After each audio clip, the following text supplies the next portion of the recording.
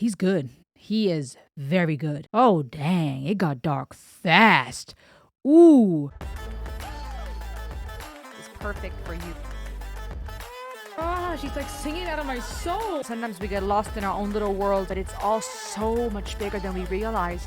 What's up, everybody? It's Rosalie. Welcome to the Ultimate YouTube channel. We're all about world music and psychology, and I'm bringing sKitz Kraven to you today, an artist that I am completely new to, but I'm intrigued by. sKitz Kraven put out a new album, and I want to check out the song Session 9 official music video. He is an American singer, songwriter, rapper, musical artist, and he's from Wisconsin. It's said that he does, with the horrorcore aesthetic and a versatile catalog, he's making a large impact in the underground hip-hop scene. He just put out a brand new album, so go check it out. Make sure to subscribe to him if you dig his work and want to look into that some more. He says that he is introducing, once again, the world to his chaotic mind through the therapeutic outlet that he calls music. What you may or may not know about him is that his mental health has been a main character in his life for the majority of his life, being diagnosed with multiple mental disorders and experiencing a lot of challenges because of it.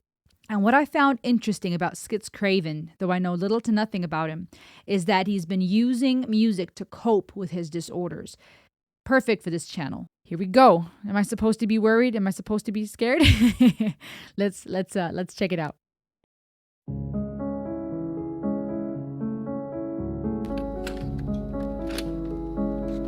Okay. This is Dr. Nick Forrest. Today's date is October 22nd, and we are continuing Evan's outpatient treatment following discharge. Hey Evan, how are you? How's your week been lately? Tell me what is new. Fuck you. Okay, why? I don't really know, but I don't want to be here. I get it, but to stay out of the ward, outpatient completion is needed, so let's make some effort. You really want to talk, Doc? Okay. Education is an inconvenience, especially when already an evil genius. Yeah, I walk through life holding hands with demons. Everyone I ever see, I want to stop from breathing. My roommate prevented me from ever sleeping. He would snore all night, I would want crack pipe, might as well, right? Cause with all of his snoring and group early morning, I ain't sleeping anyways. Been out of the ward for a month, so I assumed I would start loving my life. I assumed I would stop cutting wrists with a knife. I assumed I would stop having terrors at night, call it wishful thinking. Cause all I want to do is increase the creeping. I black out mixing all these pills with drinking. I overthink, plus my neighbors telling me my basement's stinking. Okay, slow down. Ooh. Okay. So, wow. He's good. He is very good.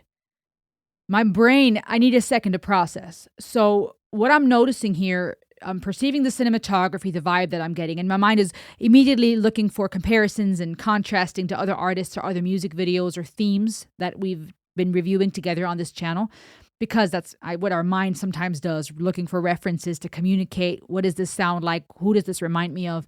But I want to try as much as possible to really listen to this for who he is and what he's bringing to the table. The distortion of the therapist in the beginning. No, let me even go further back, and then I'm going to start over. The vibe that I'm getting, the cinematography of that little wooden table, the family frame, the lamp, and that cassette player. It brings back a level of nostalgia. For one, photography in actual frames, right, is a little bit of a throwback. We have them, obviously. We still have them around, hanging on our walls and in our homes. But a lot of photography, a lot of pictures are posted online, a lot of selfies. So having a picture frame on a table, to me, is still, it feels like there's this, gives a little bit of that nostalgia, a little bit of that, let's take it back. The lamp too looks a little bit more like your nostalgic, more old-fashioned type of lamp. The cassette player, that too, to me, is a little bit of a nod to back in the day. Nowadays, certain therapists may still use cassette recorders to record their sessions, but a lot of it may be more digital. So there's this feeling of, let's take it back, to me. That's just my impression. The picture on the table also looks like that may be the therapist with his family sitting there. Is that the wife and then his two kids, perhaps? Fairly relaxed, body posture open, relaxed, comfortable in his domain with his family. Oftentimes, therapists, doctors may have a picture of themselves and their families or their wife and kids on their desk. Here, a little nightstand in what looks like a dark room. Okay, so the focus, the lighting is very much on this moment. Cassette player is pressed. The record button is pressed, and the doctor is recording the date and time of the session, which doctors at times may do if they're not taking notes or they want to record the session.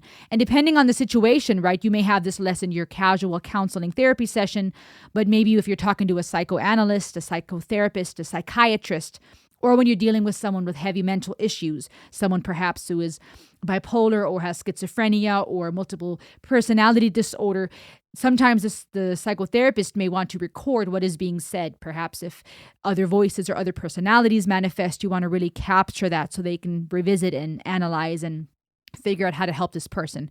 Or at least that would be the goal. And then the therapist begins to speak with a fairly distorted voice, which adds for a level of eeriness here, a level of darkness to me. I'm perceiving that. Tell me, what do you think in the comments? What is that first impression you get? Again, if this is not your forte, maybe you saw some of the thumbnails. Let's try not to be too quick to judge and assume or be scared away. I've really been growing in having more of an open mind to things that are new to me compared to, say, 10 years, 20 years ago, where I would have not listened to certain music or would have really felt way different about some of these things that feel dark or scary, or depending on the circles you grow up in, right? Sometimes we're quick to call something demonic because it's scary and evil looking, but actually it's a matter of a psychology or mental issues. Sometimes we're too quick to spiritualize things that are somatic and physical. Sometimes we're too quick maybe to call everything physical and not realize there's psychological, maybe even spiritual elements at hand. So if we're going to look at this holistically, let's keep an open mind. But let me go back. And then he also addresses sKitz as Evan, and that's sKitz Kraven's biological or birth name, I guess one could say, Evan D. Kijek. Okay, let me keep listening. This is very intriguing. And then Evan starts with F you, right? Straight to the just, I don't want to be here. I don't care. Very blunt, very aggressive. And you've got to be, at least in my opinion, you've got to be ideally seasoned in the field of therapy and psychoanalytics to not get defensive now, not to apply countertransference, which is when the therapist has transferences towards the patient, right? There's projection where we project things we're feeling onto another person. And sometimes we transfer the feelings we have towards another person onto the therapist, right? Say the way that I feel towards my mom, I'm transferring onto the therapist now because something she said or the way she looks or something she's doing reminds me of my mom. Well, it's also possible vice versa, countertransference, right? That the therapist starts feeling some type of attraction towards a patient or feel some type of frustration, right? All those things need to be analyzed and carefully reviewed so that harm is not done. And even terminology here like Evan or sKitz Kraven saying F you and the therapist saying, oh yeah, why is that, right? Let's start this conversation. Very typical things that are happening in a therapy session. You got the couch, you got his aggression, you got the stance of now him getting up and walking towards the therapist, throwing the pills at him. Lots going on here, but I digress. I'm already getting way too deep into this possibly. He is good. Like his rhyme scheme there, I love that cadence flow switch up he just did a second ago. The piano introduction pulls me in. There's something about it making me feel This is Dr. Nick Forrest. Intrigued. Today's date is October 22nd, and we are continuing Evan's outpatient treatment following discharge. Hey Evan, how are you? How's your week been lately? Tell me what is new. Fuck you. Okay, why? I don't really know, but I don't want to be here. I get it, but to stay out of the ward, outpatient completion is needed, so let's make some effort. You really want to talk back? Okay. Education is an inconvenience, especially when already an evil genius. Yeah, I walk through life holding hands with demons. Everyone I ever see, I want to stop from breathing. Okay, so the rhymes here, breathing and demons and education is an inconvenience, is fantastic. Let's talk about the what. What does that mean? Is he implying he doesn't need education? There's no point in educating me. There's no point in trying to teach me something because I'm already an evil genius, right? I'm already going through this day to day fighting these demons. Or is this a double entendre and also addressing education in general, right? What's done with young minds could be taken in different ways. The therapist is explaining to him why they still have to have this session, even though he doesn't want to be here, right? You're going to end up in the ward if we don't do these sessions. Okay, why? Fine. Talk to me about why, you say F you. I think there too, you see just how some therapists will engage with patients at times. It's interesting. And you have to deal with different people in different ways, right? Sometimes what I'm missing the few times I've seen some of these therapist implied scenes in music videos is I'm missing the personality. I'm missing maybe an element of kindness or connection between therapist and patient. But of course, there too, one has to be very careful and there have to be boundaries because it's not meant to be some type of friendship. Depending on personality disorders, right? The patient may lie, may twist things, may use that, right? A friendly, personable therapist, it may use that to their advantage or try to play games, right? There's a lot of things out there, a lot of mental disorders, a lot of matters. When I say things, I mean matters, where you have to handle it in various ways. So let's keep listening.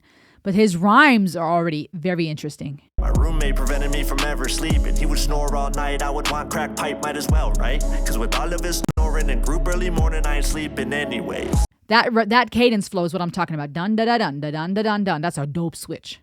Been out of the ward for a month, so I assumed I would start loving my life. I assumed I would stop cutting wrists with the knife. I assumed I would stop having terrors at night. Okay, so I've been out of the ward for a month and now talking about all the things he assumed he would stop, if I heard correctly.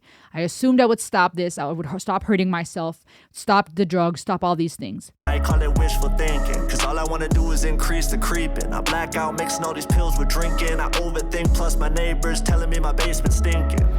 Evan, I know. I understand life since the ward has been tough, but just think about all of the progress you've made. You used to cut every day, now it's once in a month. I would say that's a little success. But tell me, how are you dealing with stress? Are you taking the meds I prescribed, or just self-medicating instead? Well, doc, kinda funny you asked. I'm high as fuck right now with a pill in my ass. When I use like that, I get high real fast. So the longer it's in is the longer it lasts. What a blast, right? Forget it. I know they wanna see me committed. Stop acting like I got a fucking best friend, Nick. When I thought I had a friend, I didn't. I just wanna get throat slit. I just wanna carve real nice. I wanna dig all in the organs. Murder for me keeps me focused. Body parts. Oh, organs focused. You see how that emphasis on the O in those words? Dang. I know someone in the comment section said that line about when I thought I had a friend, I didn't. That's resonating with some people. And I can definitely see that being the case. Let me go back a bit. That cadence flow and the emphasis, the organs and the focus. I mean, sometimes we forget that, and this is too something I'm learning in real time about rap, that it's beyond just your simple rhymes where you have certain patterns with the vowels and the consonants that kind of work to keep it simple. An example would be house, mouse, fright and flight, right? You got your consonants and vowels and you got certain patterns that match. But there's various types of ways to rhyme, for one. There's various types of literary art. You know, you got all these ways, these forms of communicating. And here, to me, I'm noticing, again, in real time, dang, cadence flow is beyond those rhymes, beyond switching up your rhythm, but it's also where you're placing the emphasis on the syllables, what syllables you're placing emphasis on and how that flows. And that was impressive. So let me go back to where he is, what was it? Therapist is talking about how are you handling that stress? You're doing better, right? We went from sessions every day to now once a month. Talk to me about that. And now he switches it up. And there's this crescendo in regards to thematically and conceptually, because now he's going from F you, I don't want to be here, to now, let me tell you what I'm really doing. I'm not taking the medication. I'm actually doing the drugs. And then gets really provocative with the medication up his butt. Are you taking the meds I prescribed, or just self-medicating instead? Well, doc, kinda funny you asked. I'm high as fuck right now with a pill in my ass. When I use like that, I get high real fast. So the longer it's in is the longer it lasts. What a blast, right? Forget it. I know they wanna see me committed. Stop acting like I got a fucking best friend, Nick. When I thought I had a friend, I didn't. I just wanna get throat slit. I just wanna carve real nice. I wanna dig all in the organs. Murder for me keeps me focused. Body parts sorted. Organization's important. Limbs in the bins, I keep groping. Rubbing lotion. I gotta throw the extras in the ocean. I'm a straight killer, I admit it. The Roger murders, I did it. I left the word violently. Then I took myself a long drive to commit a crime, you see. A family made up of 3. I found them with ease. Their bodies were mine to be. I started off looking in windows. Stalking excites me. I love invasion of privacy. Yeah, Toya was combing her hair. I just started to stare. I was trying to peek and see the titty she grew in a week. She was heading to college, so I had to teach. Mr. Roger would talk about his family like you're doing with me every couple of meets. You shouldn't though. You know I'm crazy, Nick. Been thinking about your relationship, a loyal wife that raised the kids, their college pay, what a way to live. I know you have a daughter and son. Your daughter's off to college, I bet that's fun. She's what, like 22? I bet you're hating how fast she grew. I bet you hate she has big boobs. I bet she's real good with the dudes. I bet she never pays for booze. I bet she's eating dick like food. Aww. Oh no, what's the matter, Nick? You're looking like you just saw a ghost. Don't stress out now, you gotta keep your head afloat. Cause tonight I'll invade your home, you gotta save your own. Yeah, king's gotta keep his throne. You gon' learn there's no killing me. I'm on a killing spree. And Doc, you're the next to see. My right nightstand's where your head will be. Oh, dang. It got dark fast. Ooh.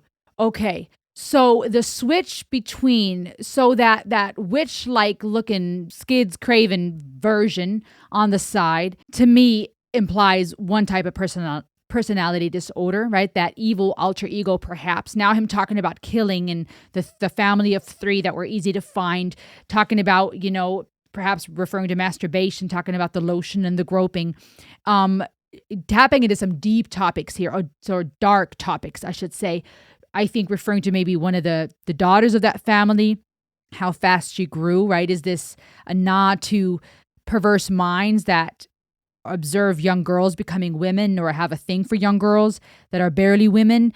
There's a lot of dark or mental distress displayed here. Then it switches to Evan, this person, right? This patient, as multiple different people. And to me, that perhaps implies the multiple personality disorders, right? So we got even from a cinematography standpoint, the music video is touching on various personality disorders and all the distress in this guy's mind, including his perhaps fantasies about killing, the evil that he wants to do, and now showcasing his various personalities, right? From this woman to the gentleman with glasses.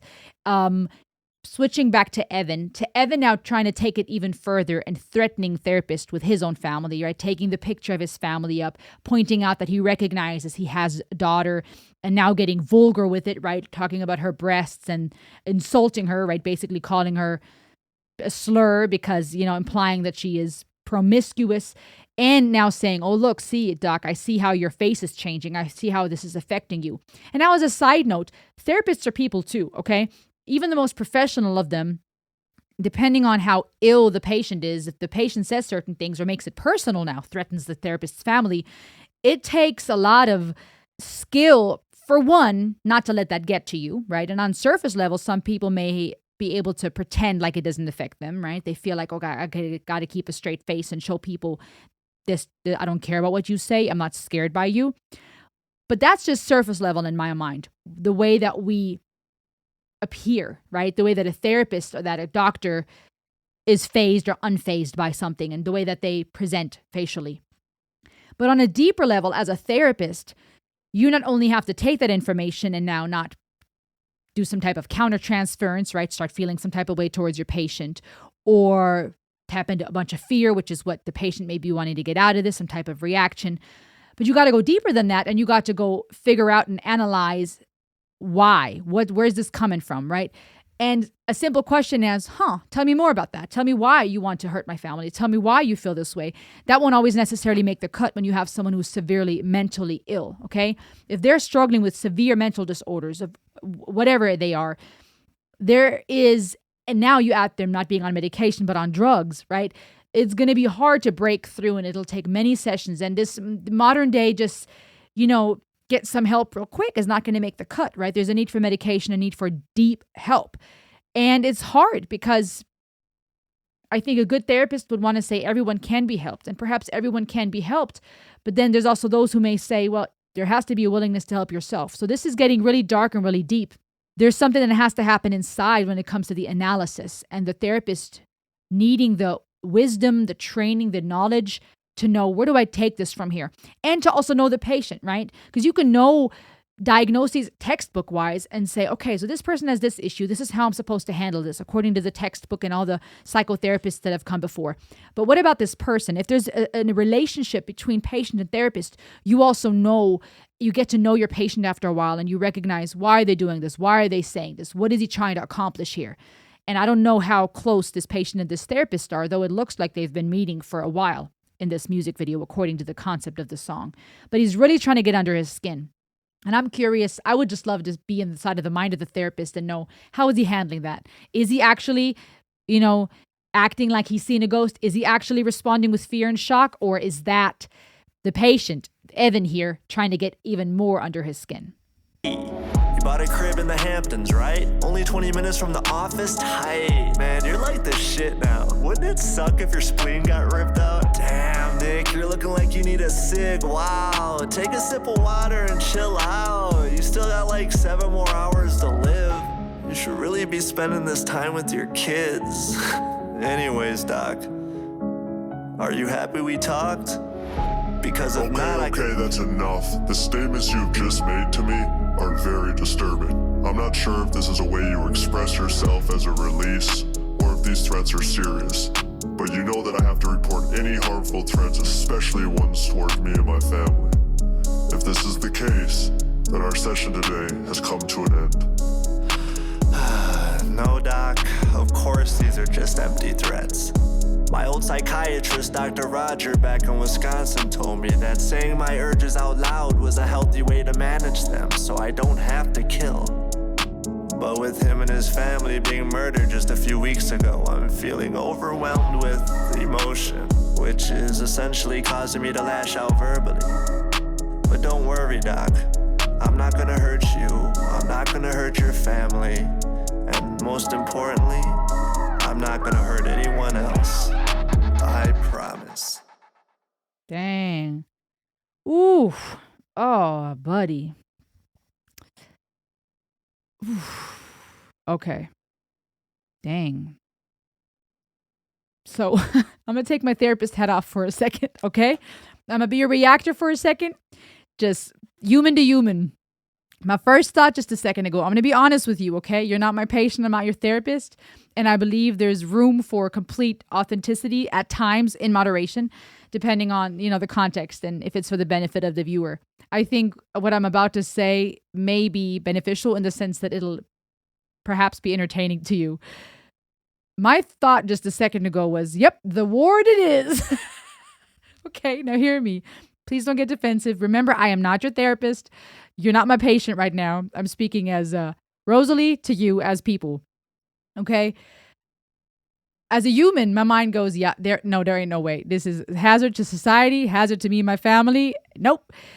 Now, the crazy thing is, the reason why this is multi-layered on a psychological level is because as he's talking about how his previous psychiatrist, interesting, he named him Dr. Rogers, the comment sections of the video said something about there being references or there being a connection. Mr. Roger, Ready or Not, 5150. I don't know enough about sKitz Kraven's work that I could put together the storyline here, so be patient with me. Educate me in the comment section. Go ham if you like and let me know what I'm missing or the connections between some of his other work.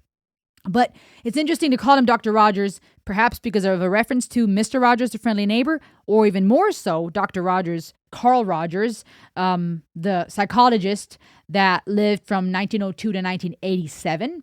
And he was one of the founders of humanistic psychology. So he developed the person-centered psychotherapy, that approach, that client-centered approach. That's actually also interesting to name him Dr. Rogers, that person in his song, and that being all about client-centered therapy. Because here we're dealing with someone where obviously this session, in a literal sense, is client-centered. It's all about the patient in the literal sense. I don't know what this therapist's approach generally is, if this were a real life situation. Obviously, I'm aware it's a song and it's a music video. I don't know if this was a real situation, what his approach generally is. But here it's obviously about the client. The patient's doing all the talking. The therapist is sitting there. His body posture towards the end, arms crossed, right? Which also says something. He started with leaning forward with his pen and his notepad, willing to hear.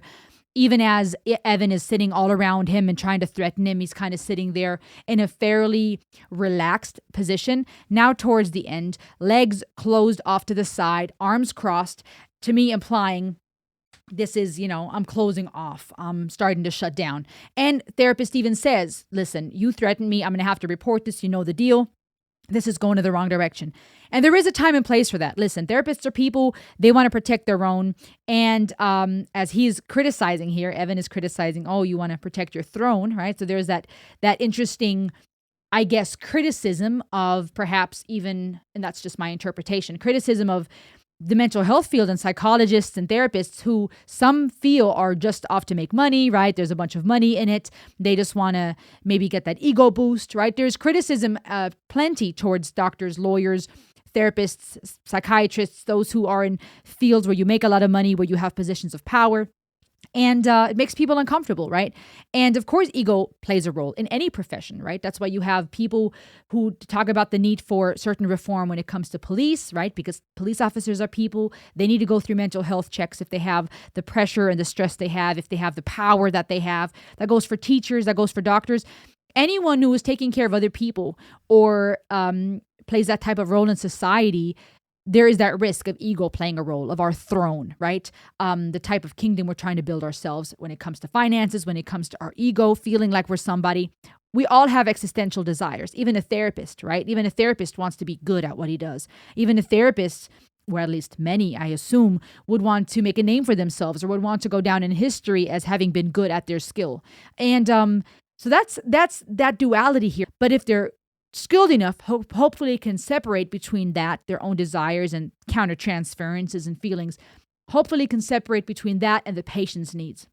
And as mentioned before, the more severe mental disorders are in a patient, you have to handle that in different ways, right? Just hugging someone, talk therapy, some CPD, cognitive behavioral therapy is not going to make the cut when there's a need for medicine, when there's a need for deep psychoanalysis. And then, like I said, there's a time where a therapist even has to say, enough, this is not working between you and I. There's so many different theories, right? Just as much as there's different fathers of therapy and schools of thought, which a lot of them, by the way, have their roots in philosophy. And philosophy is just as complex, if not even more complex, because it's us trying to grasp reality and understand life, right? The word even philosophy, philo being Greek for care for, love for something, and sophos meaning wisdom, right? The love for wisdom. Philosophy is the search for understanding, reality, and truth. Psychology has a lot of roots in philosophy. So a lot of it is theory. A lot of it is trying to grasp the human mind. And some of it, is there's evidence, right? Empirical evidence. This medication works. This medication has this side effect. This approach helps here and there. There's evidence to say cognitive behavioral therapy can be helpful, talk therapy, meditation, mindfulness, trying to be present and ground yourself, which has roots in Buddhism, everything is connected somehow. And there's proof that certain things work better than other things for people. But people are people, right? Even like I said, two people with the same disorder may handle or behave in very different ways or manifest in different ways. And so here it's very clear that we're talking with someone who has severe mental disorders. And the multi-layeredness I was referring to after the video is the fact that he's getting all threatening with the therapist. He's making this very personal, calling his former psychiatrist, Dr. Rogers. Now, interestingly enough, saying, he was recently murdered, right? This idea of, he's no longer here, and that's why I'm feeling this fresh distress, right? Perhaps implying that he was the one who killed them. Yet again, pushing that point that the therapist here is not safe, that those threats may not be empty, but promising that they are, promising he would never hurt his therapist, crossing his fingers behind his back, which is, in America at least, a symbol for, I'm not serious, I'm lying, right? I'm saying something, but I put my hand behind my back, meaning it's actually the opposite. And this double, I don't know if the double entendre would be the right word, but this multi-layeredness by saying, you're not safe. No, you're safe. I was just told that I can process better by saying what I'm feeling, by sharing my fantasies. I'm supposed to speak them out loud so that I don't have to actually go through with them. And that's something that, as an artist, sKitz Kraven has even said. He expresses that he has mental disorders, that he has been diagnosed with many things. It's caused him a lot of challenge in life. But his therapy is making music. His therapy is, I'm going to write about it. I'm going to sing about it. I'm going to rap about it to deal with some of that. And he addresses that in the song. He says, I've learned, if I say it out loud, what I'm feeling and thinking, what I'm fantasizing about, I'm less likely to do it. Which leaves the viewer with the question, so does saying it out loud actually help? Does addressing the darkness in such a way actually help not do it? If there's still this idea of, I'm actually going to do it, it just shows severe mental distress. And this may or may not make me a bad coach and therapist. I've told you guys before, I've worked as a therapist for a while. I'm not licensed in my state, but I've worked as a therapist towards licensure. I'm a coach. I'm a mentor. Worked as a teacher. I'm passionate about helping people, but obviously there are people way more qualified than me. And I personally feel, at least my first thought was, nope, the ward it is. Like, this ain't safe. And from a human standpoint, I can empathize with the therapist crossing his arms and going, yeah, no, my German was going to come in. Nee, nein, danke. No thanks. I'm the need to report this. But at the same time, it makes me feel for the patient because I think, man, I want to see you helped out of it. And so it leaves us with this question, is he really helped? Is it really helpful to speak about it? Is that really going to stop him from doing it? If it leaves us with this open ending of, I promise I won't do it, crossing his fingers and actually lying. This song definitely lets you in on deep psychological distress, on severe mental disorder, and just how dark it can be. And now, towards the end, as I was listening, I thought to myself, so how does this help people? How I could see it helping the artist who has been honest about having his own struggles and challenges with mental health. I could see it helping him process, because this is not just him putting in words what he feels or telling us about some of his fantasies, right? And I don't know if some of these things shared in this song are actual fantasies the artist has had, but it's the creative process of creating something, not just a storyline through your rap, but putting on paper mental health matters in a poetic and skilled way. Letting your cadences flow, showing your skill set, creating a music video, collaborating with people to create a piece of art that is multifaceted, your musical composition, your rap, your poetic art, your literary art, and putting it together. I could see that being therapeutic for the artist. And I feel that makes sKitz Kraven quite unique in that he is really tapping into some of the deep and the dark, the deep and the dark. That takes courage, because there are a lot of mental health matters, mental health issues in the world. And sometimes they're either romanticized or we don't spend enough time talking about them because we're distracted in the day-to-day, unless that's like your field of expertise or interest. But it's uncomfortable to talk about how evil people really can be and how dark thoughts can really get. But he's doing this in an artistic way, so I could feel that being an outlet for him. I could totally see that. But then I asked myself, so how is this an outlet for the viewer? And as I'm processing externally by talking to you right now, in real time, I'm thinking maybe by hearing someone else be honest about how dark their thoughts can be, even if through a somewhat fictional music video, there's a lot of elements of truth here, personal experience of the artist. I wonder if the listeners and his fan base see this and go, I can relate to needing to go to therapy. The whole song is titled Session 9, right? A session being the reference to a time with a therapist, right? Your session with a therapist. Session 9 implying this ain't the first. Number 9, some also say, is seen as the number of balance and completeness and perfection. Yet again, it talks in Indian numerology, it's the number associated with courage, leadership, and determination. Different ways we can look at that, right? It's looked at as a powerful number, has a special rank. Others talk about it being associated with forgiveness, compassion, and success on the positive side, as well as arrogance and self-righteousness on the negative, according to numerologists. Now that's interesting, because on the positive side, it would imply forgiveness and compassion, something that's necessary in our healing journey when we're dealing with our mental issues and our mental struggle, and forgiving ourselves and finding compassion for ourselves when we are diagnosed with things and struggling in life. On the negative side, however, it could imply arrogance, self-righteousness, according to numerologists. And regardless if you agree with there being symbolism behind numbers, I just find it interesting this was titled Session 9, because we see that here. The need for compassion, something you would expect from a therapist. The arrogance of the patient, thinking he is so genius and education is inconvenience and he doesn't need the medication. He wants to do his drugs and he assumed it would get better after the ward, but it's getting worse. Now he's, having fantasies about killing his therapist and its family, really letting you in on the dark. But calling it Session 9 also may imply they've been doing this for multiple sessions now, okay? This is not the first session. Perhaps there's another cross-reference I'm missing here to some of sKitz Kraven's other work, but even the title I found interesting.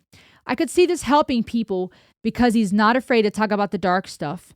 And even that can be powerful. Even that, knowing that other people have dark thoughts too. Knowing that you are not alone with that struggle.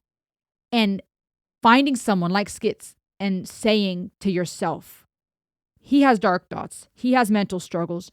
He's been down in the trenches, but he's not given up. And he's finding a creative outlet. And I say that on this channel a lot.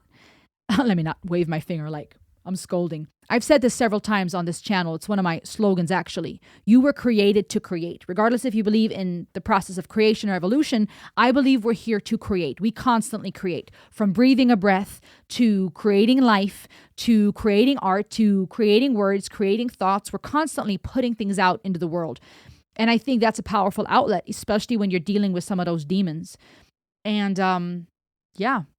So him talking about the deep and the dark here, I feel like is relatable and is powerful. And maybe even though it ends in such an open way, well, will he or will he not, right? Is he lying or is he saying the truth? Is the therapist at risk or is he not? Can this man be helped or not?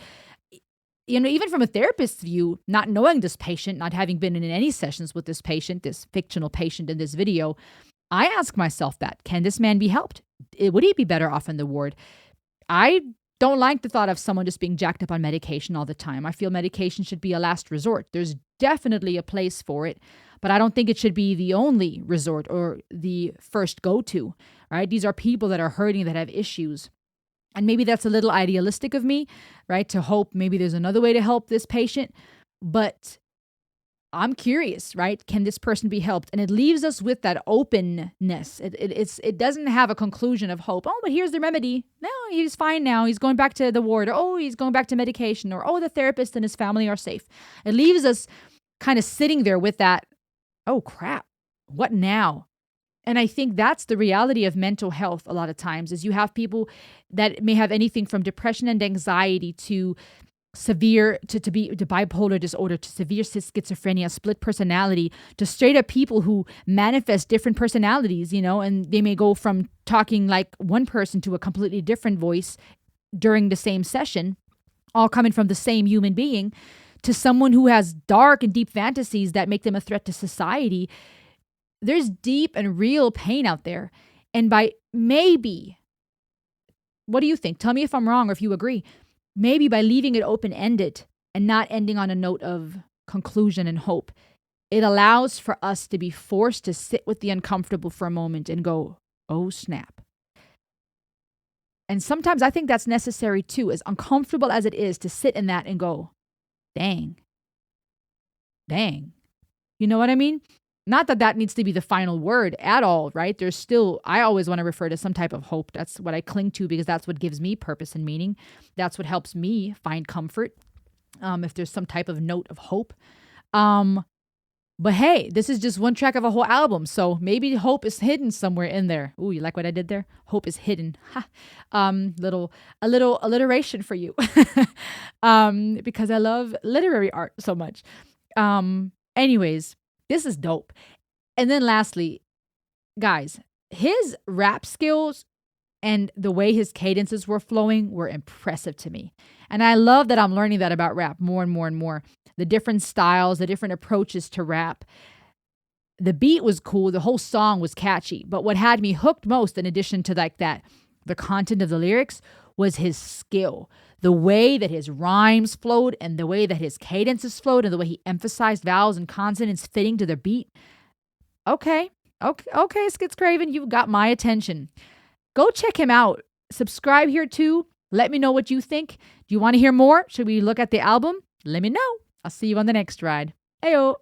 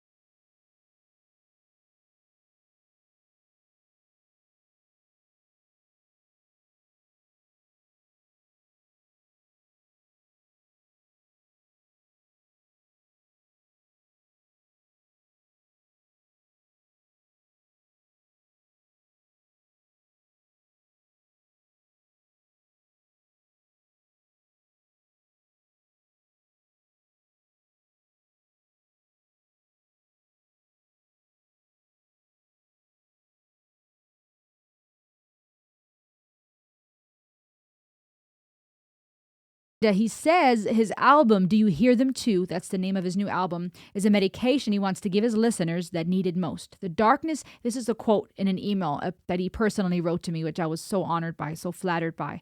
The darkness behind our eyes will always be there, but by learning to use the music as a release instead of acting on that darkness is the ultimate goal. I'm going to read that again. Quote by sKitz Kraven himself. The darkness behind our eyes will always be there, but by learning to use the music as a release instead of acting on that darkness is the ultimate goal. That is what my music is for myself and my listeners. It's a release, a scream. Okay, so in his message, I was intrigued by that. He got my attention. And so I'm going to check out session 9.